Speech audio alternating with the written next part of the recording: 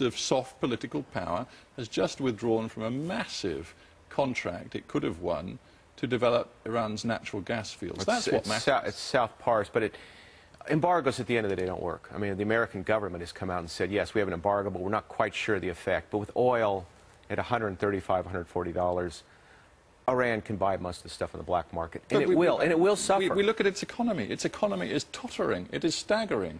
And one large reason is because it is economically isolated.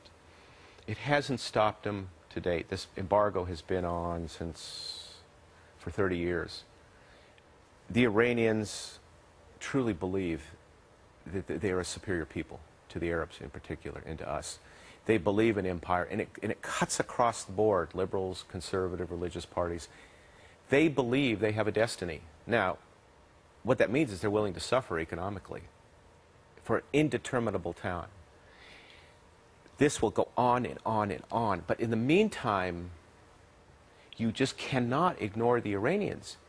Why, in God's name, are we not talking to them to figure out what they want? Well, that brings me to, and we're running short of time, brings me to the real question for you. You're not in US government anymore, but if you were, and you were commissioned to write a paper to be given to the president on what to do now about Iran, what would you say?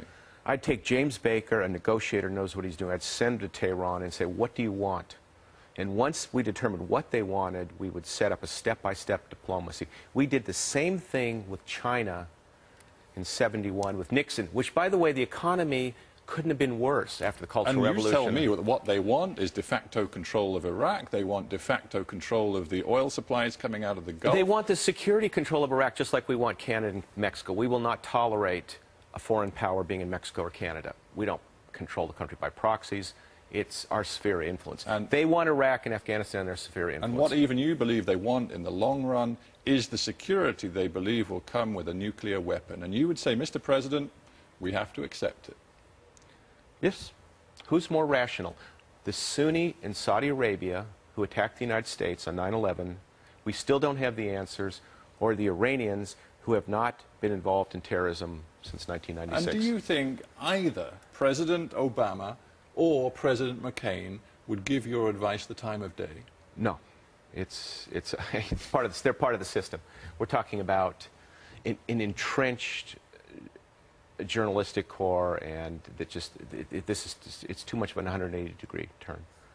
But I base this on 30 years of having lived on the periphery, suffered from the Iranians, and watched this arc, which I hope continues. It may not continue. We may be at war with Iraq, with Iran in the next 6 months. But if the arc continues, we can eventually make a deal with Iran. With a nuclear Iran? Why not? It's a gamble. It's a gamble which most people in the Western world are simply not prepared to take. How much do we know about Iran? We don't even talk to Iran. What have the Iranians done to us? They are keeping the peace in Iraq. The American State Department has said, thanks to the Iranians, they are quieting down the Shia. David Satterfield, who's in charge of Iraq, said this in a public statement to the Washington Post. This is coming from Bob Baer. Final thought. You have said time and again that part of the reason that America has failed in Iraq and failed in the Middle East is because we don't understand. As an ex-intelligence guy who looks at the system now, is America any closer to understanding? No, we're getting a bit isolated. In Iraq, we're living in the green zone. We don't really know what's happening in Iraq except, through our troops on the ground. And that's not the best intelligence source. The more the conflict continues in the Middle East, the more we withdraw into our crusader castles. And I think we should take Iran and do just the opposite and come out of our castles and go there. Robert Baer, thank you very much for being on Hard Talk. Thanks.